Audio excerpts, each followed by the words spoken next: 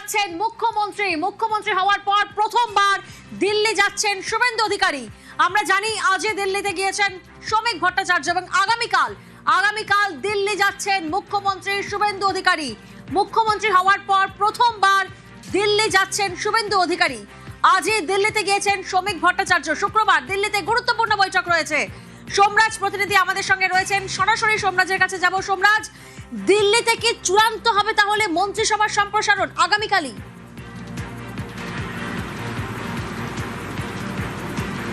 দেখো, অন্তত সেই সম্ভাবনাই উঠে আসছে। তার কারণ মনে করা হচ্ছে যে যেহেতু বিজেপি রাজ্য সভাপতি শ্রমিক ভট্টাচার্য তিনি এই মুহূর্তে দিল্লিতে রয়েছেন, মুখ্যমন্ত্রী শুভেন্দু অধিকারী আগামীকাল বিকেলে তড়িঘড়ি দিল্লির উদ্দেশ্যে রওনা দিচ্ছেন।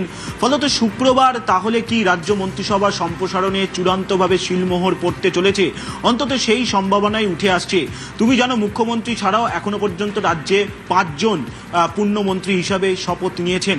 42টি দপ্তরের দায়িত্ব মুখ্যমন্ত্রী শুভেন্দু অধিকারী তিনি নিজেই পরিচালনা করছেন এবং সেক্ষেত্রে মনে করা হচ্ছে এই যে 42টি দপ্তর মুখ্যমন্ত্রী শুভেন্দু অধিকারী পরিচালনা করছেন বর্তমানে তার নিজের হাতে রেখে, এক্ষেত্রে বেশ কিছু দপ্তরের মন্ত্রী চূড়ান্ত হয়ে যেতে পারে শুক্রবার। তার কারণ বৃহস্পতিবার সন্ধেবেলা অর্থাৎ আগামীকাল সন্ধেবেলাতেই দিল্লি পৌঁছে যাচ্ছেন মুখ্যমন্ত্রী শুভেন্দু অধিকারী। সূত্র মারফত জানা যাচ্ছে যে একটি সাংগঠনিক বৈঠক রাতে দিল্লিতে হতে চলেছে এবং শুক্রবার সকালে কয়েকটি গুরুত্বপূর্ণ বৈঠক করবেন মুখ্যমন্ত্রী। তার মধ্যে রয়েছে অবশ্যই কেন্দ্রীয় অর্থমন্ত্রী নির্মলা সীতারামনের সঙ্গেও বৈঠকের সম্ভাবনা। একদিকে যখন রাজ্য মন্ত্রিসভা সম্প্রসারণ নিয়ে আলোচনা হতে পারে, তেমনি কেন্দ্রীয় বরাদ্দ রাজ্যে আনা নিয়েও আলোচনা হতে চলেছে এবারের মুখ্যমন্ত্রী শুভেন্দু অধিকারী সফরে। মুখ্যমন্ত্রী হওয়ার পর তিনি প্রথম যাচ্ছেন দিল্লিতে। কেন্দ্রীয় অর্থমন্ত্রী নির্মলা সীতারামনের সঙ্গে তিনি আলোচনায় বসতে পারেন, যেটা সূত্র মারফত জানা যাচ্ছে রাজ্য প্রশাসনের শীর্ষস্তরের আধিকারিকদের তরফ থেকে, যে রাজ্য এখনো পর্যন্ত কেন্দ্রীয় আর্থিক বরাদ্দ কোন কোন প্রকল্পে পেতে পারেন তা নিয়ে কেন্দ্রীয় অর্থমন্ত্রী নির্মলা সীতারামনের কাছে বেশ কিছু দাবি বা বেশ কিছু প্রস্তাব আকারে পেশ করতে পারেন মুখ্যমন্ত্রী শুভেন্দু অধিকারী। এবং পাশাপাশি চর্চা রয়েছে প্রধানমন্ত্রী নরেন্দ্র মোদীর সঙ্গেও সাক্ষাতের। কিন্তু মুখ্যমন্ত্রী হওয়ার পর শুভেন্দু অধিকারীর এই দিল্লি সফর নিঃসন্দেহে প্রশাসনিকভাবে তো গুরুত্বপূর্ণ হতেই চলেছে, রাজনৈতিকভাবেও গুরুত্বপূর্ণ হতে চলেছে। আর অবশ্যই এই বৈঠকে অর্থাৎ এই সফরে মনে করা হচ্ছে মন্ত্রিসভার সম্প্রসারণ নিয়েও চূড়ান্ত শিলমোহর পড়ে যেতে পারে। বেশ। আর আগামীকাল সকালে বেলুড় যাচ্ছেন শুভেন্দু অধিকারী। এরপর দুর্গাপুরে প্রশাসনিক বৈঠক মুখ্যমন্ত্রীর। অন্ডাল থেকে দিল্লি যাবেন শুভেন্দু অধিকারী। শুক্রবার জরুরি বৈঠক সেরে কলকাতা ফিরবেন তিনি।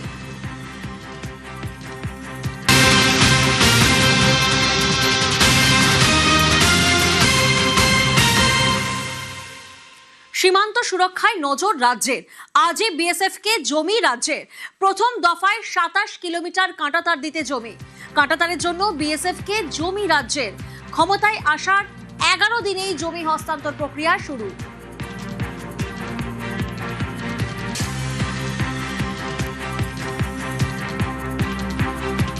Finally, change happened.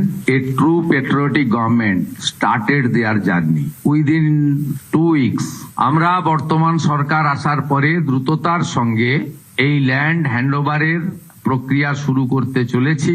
18+9 27 কিলোমিটার এলাকাকে সুরক্ষিত করার প্রয়োজনীয় জমি সরকারি এবং আমাদের প্রাইভেট ল্যান্ড যা পারচেজ আমরা করছি এবং তার সম্পূর্ণ অর্থ বিএসএফ আমাদের দিচ্ছেন, ভারত সরকার আমাদের দিচ্ছেন। আমরা সেটা সূচনা করলাম।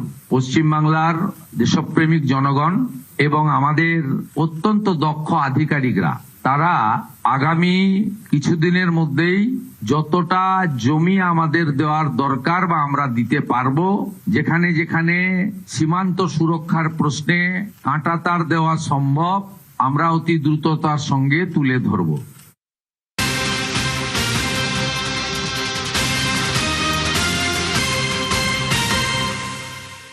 এবার ডিপোর্ট করতে আইন চালু। শরণার্থীদের সিএ এর আওতায় রক্ষা কবচের আশ্বাস। অনুপ্রবেশকারীদের ডিটেইন ডিপোর্ট। অনুপ্রবেশকারীদের বিরুদ্ধে কড়া পদক্ষেপ মুখ্যমন্ত্রীর।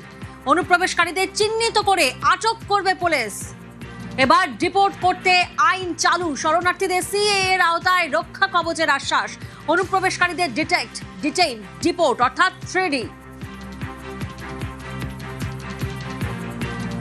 সিএ এর অন্তর্ভুক্ত যারা যারা 31/12/2024 পর্যন্ত এসেছেন তাদেরকে কোনো পুলিশ কোথাও হ্যারাসমেন্ট ডিটেন্ট করতে পারবে না। সিএ এর আওতায় যারা নেই তারা হলেন কমপ্লিটলি অবৈধ অনুপ্রবেশকারী ইনফিল্ট্রেটার্স। তাদেরকে সরাসরি রাজ্য পুলিশ গ্রেপ্তার করবে এবং ডিটেন্ট করবে এবং হ্যান্ডওভার করবে বিএসএফ এর হাতে, এবং বিএসএফ বিডিআর এর সঙ্গে কথা বলে তাদেরকে ডিপোর্ট করার ব্যবস্থা করবে, অর্থাৎ ডিটেক্ট, ডিলিট, এবারে ডিপোর্ট।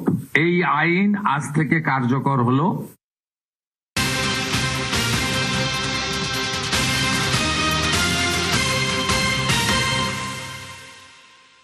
সীমান্ত সুরক্ষায় জিরো টলারেন্স মুখ্যমন্ত্রী শুভেন্দু অধিকারীর। বিএসএফ কে জমি না দেওয়া নিয়ে আগের সরকারকে তোপ। এই রাজ্যে এবং দেশে নানা জায়গায় যে ধরনের দেশবিরোধী কাজ, আইন শৃঙ্খলা জনিত অপরাধ, লাভ জেহাদ, ল্যান্ড জেহাদ, বলপূর্বক ধর্ম পরিবর্তন এবং বিশেষ করে নারী নিরাপত্তা, শিশু কন্যাদের নিরাপত্তার প্রশ্নে যে ধরনের অসামাজিক কাজকর্ম আমরা বৃদ্ধি লক্ষ্য করেছি এবং তার সঙ্গে যুক্ত যারা বিভিন্ন সময় বিভিন্ন প্রদেশে এবং এই রাজ্যে ধরা পড়েছে, তাদের মধ্যে একটা বড় অংশ বাংলাদেশ থেকে আসা অবৈধ অনুপ্রবেশকারী। 555 কিলোমিটার এমন এলাকা রয়েছে যেখানে রাজ্য সরকার চাইলে বিএসএফ কে জমি দিতে পারত। বিগত রাজ্য সরকার রাজনৈতিক কারণে, ভোট ব্যাংকের জন্য এবং তাদের যে হাই অ্যাপিজমেন্ট, তুষ্টিকরণ, তোষণের এজেন্ডা ছিল, সেই কারণে তারা হয়তো দেয়নি। স্বরাষ্ট্রমন্ত্রী 2016 রাজনাথ সিংজি পার্সোনাল ডিও লিখেছিলেন দিদেন চিফ মিনিস্টারকে। পূর্বাঞ্চলের যে কোঅর্ডিনেশন মিটিং এই নবান্নতে হয়েছিল, যেখানে কেন্দ্রের বর্তমান স্বরাষ্ট্র এবং সমবায় মন্ত্রী অমিত শাহজি নিজে উপস্থিত থেকে তদানীন্তন মাননীয় মুখ্যমন্ত্রীকে পার্সোনাল অনুরোধ করেছিলেন। গোবিন্দ মোহনজি ভারত সরকারের স্বরাষ্ট্র সচিব, তিনি গত 1.5 বছরে তদানীন্তন মুখ্য সচিব এবং আধিকারিকদের সঙ্গে অন্তত 5 থেকে 6টি মিটিং করেছেন, নিটফল শূন্য।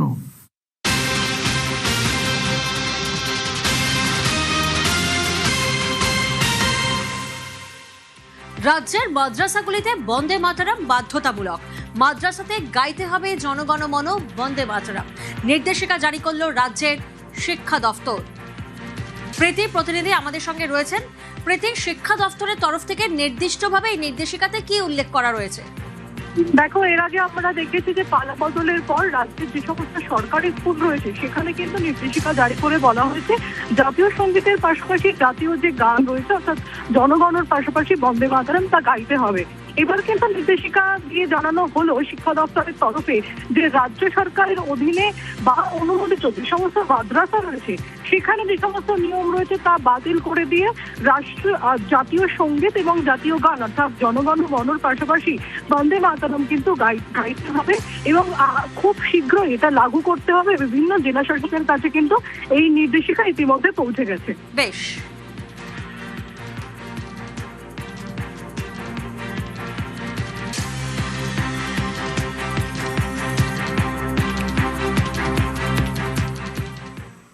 শুভেন্দু অধিকারী মুখ্যমন্ত্রী হওয়ার পর প্রথমবার উত্তরবঙ্গে। শুভেন্দু অধিকারীকে ঘিরে ব্যাপক উচ্ছ্বাস। আশ্বাস দিলেন এবার উত্তরের স্বপ্ন পূরণ করবে রাজ্য সরকার।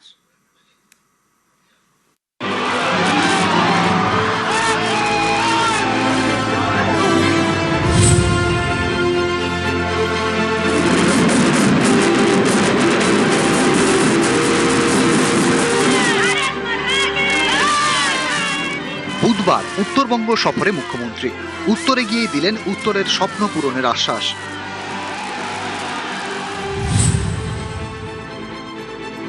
उत्तर कन्ना को फुल फेजेड चालू करने का काम भी हम लोग करेगा। मैं यहाँ घूमने नहीं आऊंगा, काम करने के लिए आऊंगा। और जो हमारा नॉर्थ बंगाल का मिनिस्टर बना है, उन्होंने उत्तर कन्ना में हर हफ्ते में पूरे एक दिन 9 से 11 बजे तक जनता दर्शन करेगा। हर हफ्ता मीटिंग करके उत्तर बंगाल में हर स्कीम को इम्प्लीमेंट करने का काम भारतीय जनता पार्टी का सरकार करेगा। এ রাজ্যে প্রথমবার বিজেপি সরকার। মুখ্যমন্ত্রী হওয়ার পর প্রথমবার উত্তরবঙ্গে শুভেন্দু অধিকারী। এদিন বাগডোগরা বিমানবন্দরের বাইরে ছিল নানা আয়োজন, শাঁখের ধ্বনি, কারো হাতে ফুল, প্রদীপ। বিমানবন্দর থেকে মুখ্যমন্ত্রী বেরোতে বিজেপি কর্মী সমর্থকদের উচ্ছ্বাস, বরণ করে নেন শুভেন্দু অধিকারীকে। উত্তরবঙ্গের অভিমান, বঞ্চনা, ন্যায্য অধিকার ফিরিয়ে দেওয়ার কাজ ভারতীয় জনতা পার্টির সরকার করবে। বিমানবন্দর থেকে গাড়িতে রওনা, মাঝপথে গাড়ি থামান, তখন জনতার মাঝে মুখ্যমন্ত্রী। জনতার উচ্ছ্বাস, এরই মাঝে একটু আদর।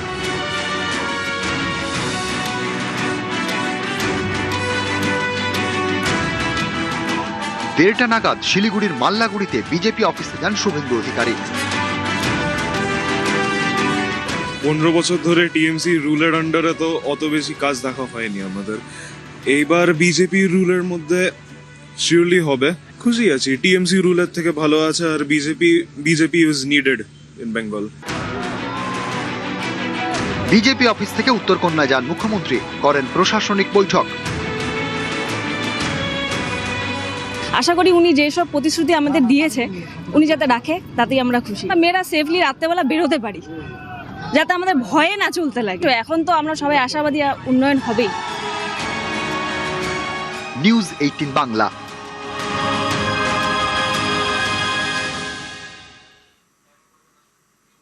বাংলায় পদ্মকে জমি দিয়েছে উত্তরবঙ্গ। রাজ্যে পালাবদলের পর এবার উত্তরের ঋণ শোধের প্রতিশ্রুতি মুখ্যমন্ত্রী শুভেন্দু অধিকারীর। মুখ্যমন্ত্রী হওয়ার পর প্রথমবার উত্তরবঙ্গে পা রেখেই বললেন, উত্তরবঙ্গের মানুষ যে স্বপ্ন দেখেছে বিজেপি পূরণ করবে।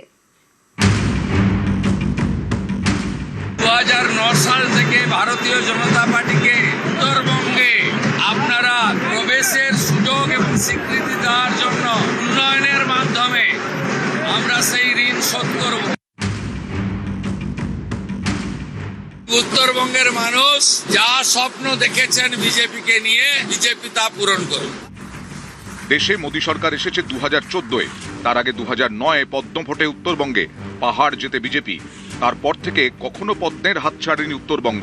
এর মাঝে সবুজের ঝড় উঠেছে, তৃণমূল নবান্ন গড়েছে, কিন্তু উত্তরে পদ্মই ফুটেছে। 26-এ তৃণমূলকে হারিয়ে বাংলায় সরকার গড়েছে বিজেপি। এবার উত্তরের ঋণ শোধের শপথ মুখ্যমন্ত্রী শুভেন্দু অধিকারী। 2009 সাল থেকে ভারতীয় জনতা পার্টিকে উত্তরবঙ্গে আপনারা প্রবেশের সুযোগ এবং স্বীকৃতি দেওয়ার জন্য উন্নয়নের মাধ্যমে আমরা সেই ঋণ শোধ করব। উত্তরবঙ্গের অভিমান, বঞ্চনা, ন্যায্য অধিকার ফিরিয়ে দেওয়ার কাজ ভারতীয় জনতা পার্টির সরকার করবে। মুখ্যমন্ত্রী হওয়ার পর বুধবার প্রথম উত্তরবঙ্গে পা রাখলেন শুভেন্দু অধিকারী। শিলিগুড়িতে নেমেই বুঝিয়ে দিলেন বাংলার প্রথম বিজেপি সরকারের কাছে উত্তরবঙ্গের গুরুত্ব কতটা। উত্তরবঙ্গ হলো বিজেপির ভদ্রা আসন, তাই এই সরকারের উন্নয়নমূলক কর্মকাণ্ডে উত্তরবঙ্গ অগ্রাধিকার পাবে। উত্তরবঙ্গে প্রথম পদ্ম ফোটে 2009-এ। দার্জিলিং থেকে সাংসদ নির্বাচিত হন যশবন্ত সিং। 2014-এ এই কেন্দ্রে যেতেন SS আহলুওয়ালিয়া। 2019 থেকে দার্জিলিংয়ের সাংসদ রাজু বিস্তা। 2024-এর লোকসভা ভোটে উত্তরবঙ্গের 8টি আসনের মধ্যে 6টিতেই বিজেপি জেতে। 26-এর বিধানসভা ভোটে তো আগের সব রেকর্ড ভেঙে দেয় বিজেপি। উত্তরবঙ্গের 54টি বিধানসভা আসনের মধ্যে বিজেপি একাই জিতেছে 40টি। উত্তরবঙ্গের 3 জেলায় তৃণমূলকে শূন্য করে দিয়েছে তারা। বিপুল জয়, জন উন্মাদনা, তার মধ্যেই উত্তরবঙ্গে মুখ্যমন্ত্রী শুভেন্দু অধিকারী। 2009 সালে দার্জিলিং এর আসন আপনারা দিয়েছিলেন। সেই সময় থেকে উত্তরবঙ্গ নীলগিরিতে বিজেপিকে ভোট দিয়েছে। 14 সালে নরেন্দ্র মোদীজি যখন প্রধানমন্ত্রী হন তখন যে দুটো আসন জিতেছিল তার মধ্যে দার্জিলিং এ SS আহলুওয়ালিয়া জিতেছিলেন। 2018 পঞ্চায়েতে ভালো ফল আপনারা করেছেন। 2019 লোকসভা নির্বাচনে 9টি আসনের মধ্যে 8টি আসন ভারতীয় জনতা পার্টিকে উত্তরবঙ্গ দিয়েছিলেন। তাই উত্তরবঙ্গ হলো বিজেপির ভদ্রা আসন। তাই এই সরকারের উন্নয়নমূলক কর্মকাণ্ডে উত্তরবঙ্গ অগ্রাধিকার পাবে। সংকল্পপত্রে যা যা বলেছি খুব সুনির্দিষ্ট সময়ের মধ্যে তা আমরা পূরণ করব। ক্রমান্বয়ে আগামী 3 মাস, আগামী 6 মাস, আগামী 1 বছরের মধ্যে আমরা আমাদের মানুষের কাছে দেওয়া কথা আমরা পূরণ করব। পাহাড়ে জনগোষ্ঠীকে 11টি বোর্ডের মাধ্যমে বিভক্ত করার চেষ্টা করা হয়েছে। মতুয়া নমশূদ্রদের, আরাধ্য দেবদের, ভগবানদের অপমান করা হয়েছে, কখনো রাজবংশী সমাজকে অপমান করা হয়েছে। আমরা চাই শুধুমাত্র ঝান্ডার পরিবর্তন, দলের পরিবর্তন, মুখের পরিবর্তন, ব্যক্তির পরিবর্তন নয়, ব্যবস্থার পরিবর্তন হোক। যে ব্যবস্থার পরিবর্তনে কাটমানি থাকবে না, সিন্ডিকেট রাজ থাকবে না, মাফিয়াগিরি থাকবে না এবং রাষ্ট্র বিরোধী কোনো কর্মকাণ্ড হবে না। এটাই হোক আমাদের আগামী দিনের স্বপ্ন। আমি কথা দিচ্ছি প্রত্যেক মাসে উত্তরবঙ্গে আসব।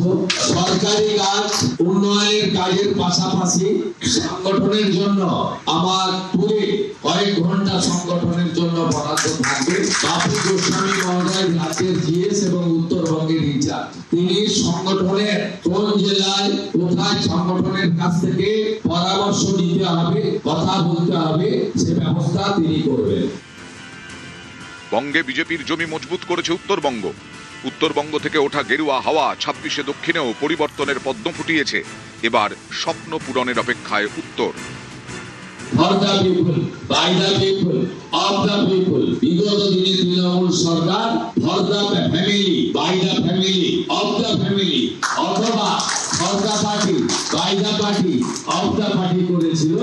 আমরা যাতে সেখান থেকে বেরিয়ে আসতে পারি, সেটাই হোক আমাদের সকলের লক্ষ্য। নিউজ 18 বাংলা।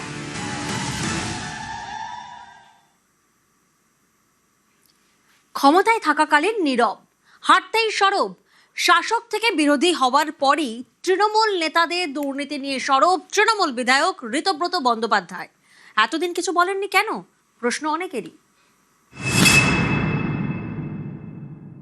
সাধারণ মানুষ বলছেন, একেবারে আঙুল তুলে বলছেন যে এই নির্দিষ্ট লোকটি বা এই নির্দিষ্ট লোকগুলো এরা হচ্ছে একেবারে মাথা থেকে পা পর্যন্ত দুর্নীতিগ্রস্ত। আমি দিন 15 নিশ্চিতভাবে অপেক্ষা করব। দুর্নীতিগ্রস্তদের আড়াল করার একটা মেকানিজম আমি এই ব্যাগেজ নেব না, আমি এই দায় দায়িত্ব কোনোটাই নেব না। 2 সপ্তাহ হয়েছে তৃণমূল ক্ষমতা থেকে গিয়েছে। দল হারতেই মুখ খুলতে শুরু করেছেন তৃণমূলের নেতারা। এবার দলের নেতাদের দুর্নীতি নিয়ে সরব উলুবেড়িয়া পূর্বের তৃণমূল বিধায়ক ঋতব্রত বন্দ্যোপাধ্যায়। সাধারণ মানুষ বলছেন, একেবারে আঙুল তুলে বলছেন যে এই নির্দিষ্ট লোকটি বা এই নির্দিষ্ট লোকগুলো এরা হচ্ছে একেবারে মাথা থেকে পা পর্যন্ত দুর্নীতিগ্রস্ত। 100টা ঘর, সেই 100টা ঘর উলুবেড়িয়া পৌরসভায়, তার মধ্যে 30টা ঘর হয়েছে, 70টা ঘর ভুতুরে। আমি এই কথা বলতে পারবো না পার্টিতে? তদন্তটা তো করা দরকার ছিল, আমি পার্টিকে জানাবো। কতদিন অপেক্ষা করবেন? আমি দিন 15 নিশ্চিতভাবে অপেক্ষা করবো। উলুবেড়িয়া পূর্বতে 15 বছর তৃণমূল ক্ষমতায়, পার্টির একটা অফিস নেই, পুরসভা থেকে পার্টি চলে। আমি পুরসভায় বসবো না। দুর্নীতিগ্রস্তদের আড়াল করার একটা মেকানিজম আমি এই ব্যাগেজ নেব না।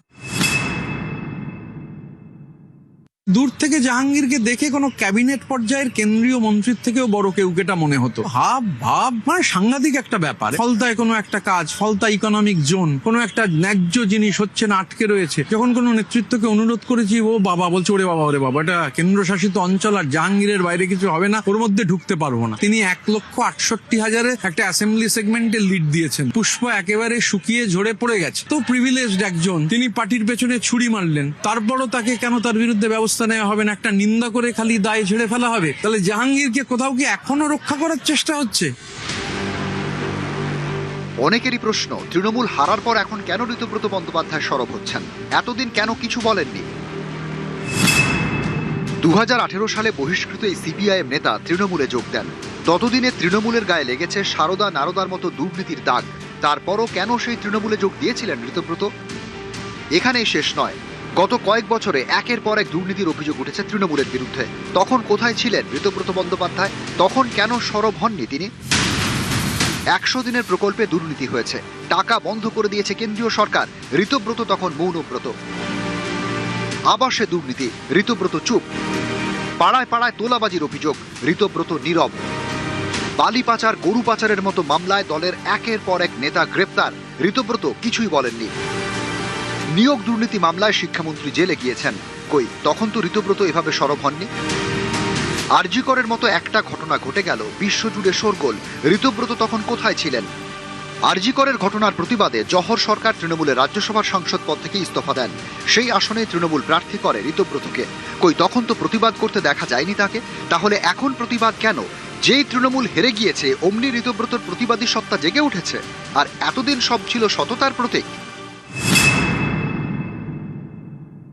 ঋতব্রত বাবুর মতো মানুষরা যারা 15 বছর কিছু বললেন না, হঠাৎ এখন বিজেপি সরকার আসার পর আপনার মনে হলো যে দুর্নীতি মানবেন না, সময়টা বোধহয় ঠিক নয় আর কি। বিজেপি আসার পরেই সঙ্গে সঙ্গে বিজেপির গুণগান গাইতে শুরু করলেন। জাহাঙ্গীরের কথা, শেখ শাহজাহান বা আরো যারা যারা করে এসেছে মানুষের ওপর অত্যাচার, এখন কেন উনি বলছেন?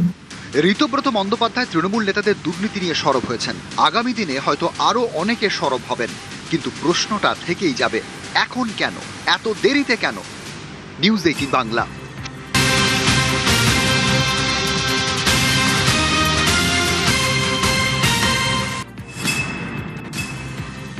15 বছর ক্ষমতায় থাকার পর পালা বদলে বিরোধী আসনে তৃণমূল কংগ্রেস, আর এতেই ঘাসফুলের সংসারে গৃহদাহ।